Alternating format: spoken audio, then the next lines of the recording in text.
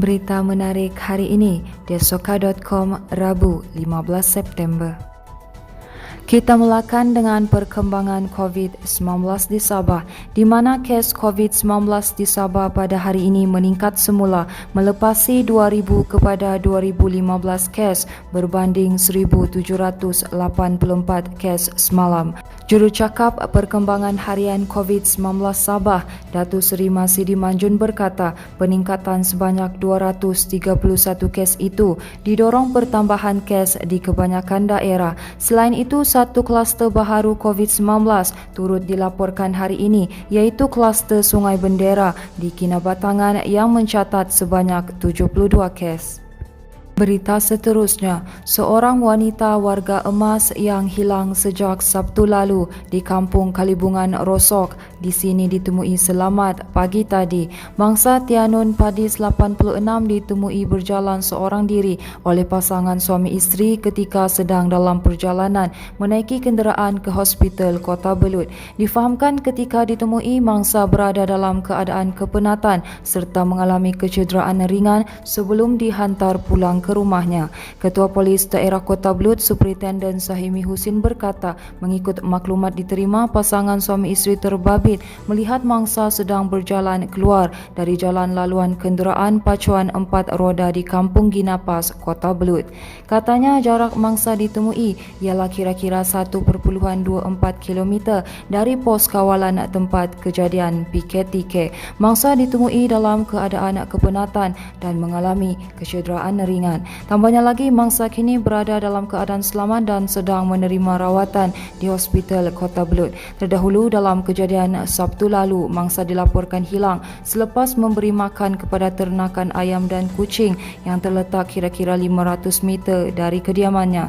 Operasi mencari dan menyelamat telah dijalankan. Pihak berkuasa selama 4 hari membabitkan keluasan kawasan pencarian sehingga mencecah 4 km persegi. Berita seterusnya, pemantauan dan penguatkuasaan berterusan yang dijalankan pasukan polis marin PPM daerah Semporna berjaya mematahkan 3 salah laku yang dikesan di sekitar Pulau Bumbum di sini semalam. Pegawai Pemerintah Markas Operasi PPM Semporna, Deputi Superintendent Muhammad Ismail berkata, kejayaan rampasan pertama dikesan berlaku di kawasan Laut Tanjung Manimpa di sini selepas bot ronda PPM terserempak dengan sebuah bot pam dalam keadaan mencurigakan. Bagaimanapun katanya, sebaik menyedari kehadiran polis, bot pam berkenaan terus memecut laju sehingga ke kawasan Bakau sebelum 2 lelaki dilihat terjun dan melarikan diri. Katanya hasil pemeriksaan membawa kepada penemuan beberapa bungkusan berisi barangan kosmetik di dalam ruangan perahu berkenaan. Muhammad berkata dalam masa yang sama pasukan bot ronda turut mengesan sebuah lagi bot pam dan sebaik pemeriksaan dijalankan, anggota PPM menemui beberapa jeriken berisi minyak petrol. Sementara itu, Muhammad berkata kejayaan ketiga pula berjaya dilakukan sekali lagi di kawasan Laut Tanjung Manimpa, Pulau Bumbum apabila polis berjaya menahan sebuah lagi bot pam. Katanya hasil pemeriksaan mendapati bot pam berkenaan membawa pelbagai jenis ikan dengan anggaran berat 10 kg yang dipercayai ditangkap dengan menggunakan bahan letupan.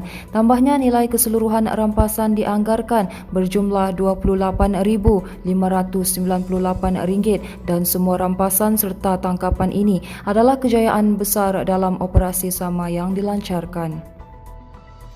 Sementara itu, seramai 50 keluarga dari 3 kampung di daerah Beaufort dan Papar menerima bantuan bakul makanan daripada Ibu Pejabat Polis Kontingen IPK Sabah hari ini.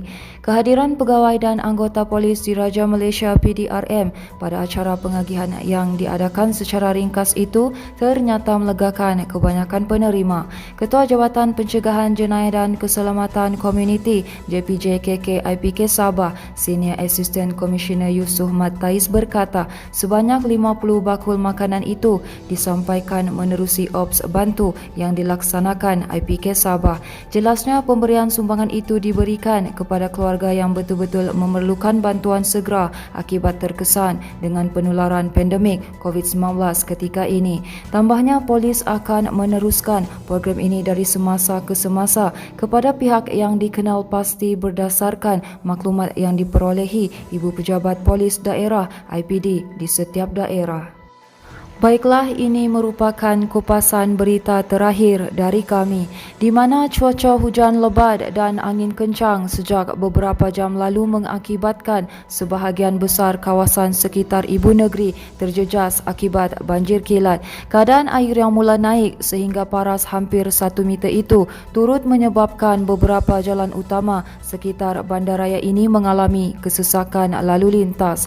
Beberapa kawasan yang dilaporkan dinaiki air adalah Kolombong, Luyang, Inanam, termasuk kawasan perkampungan di daerah Penampang. Beberapa rakaman kejadian banjir kilat turut tular di media sosial sehingga memaparkan paras air meningkat mendadak sehingga mencecah paras dada. Sementara itu, Ketua Balai Bomba dan Penyelamat BBP Lintas, Agustavia Joguasi berkata pihaknya menerima beberapa panggilan kecemasan berkenaan kejadian banjir kilat ini. Katanya pasukan bomba kemudiannya melaksanakan bantuan pemindahan kepada mangsa banjir di kawasan Damai berikutan paras banjir sudah mencecah paras 1 meter.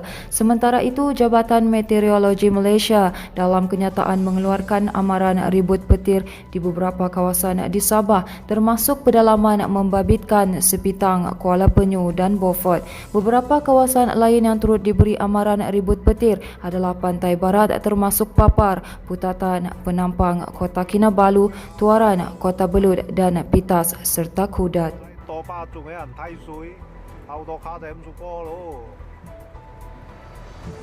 Baiklah, itu sahaja yang dapat kami kongsikan setakat ini. Teruskan bersama kami untuk mendapatkan berita komprehensif hanya di tiasoka.com.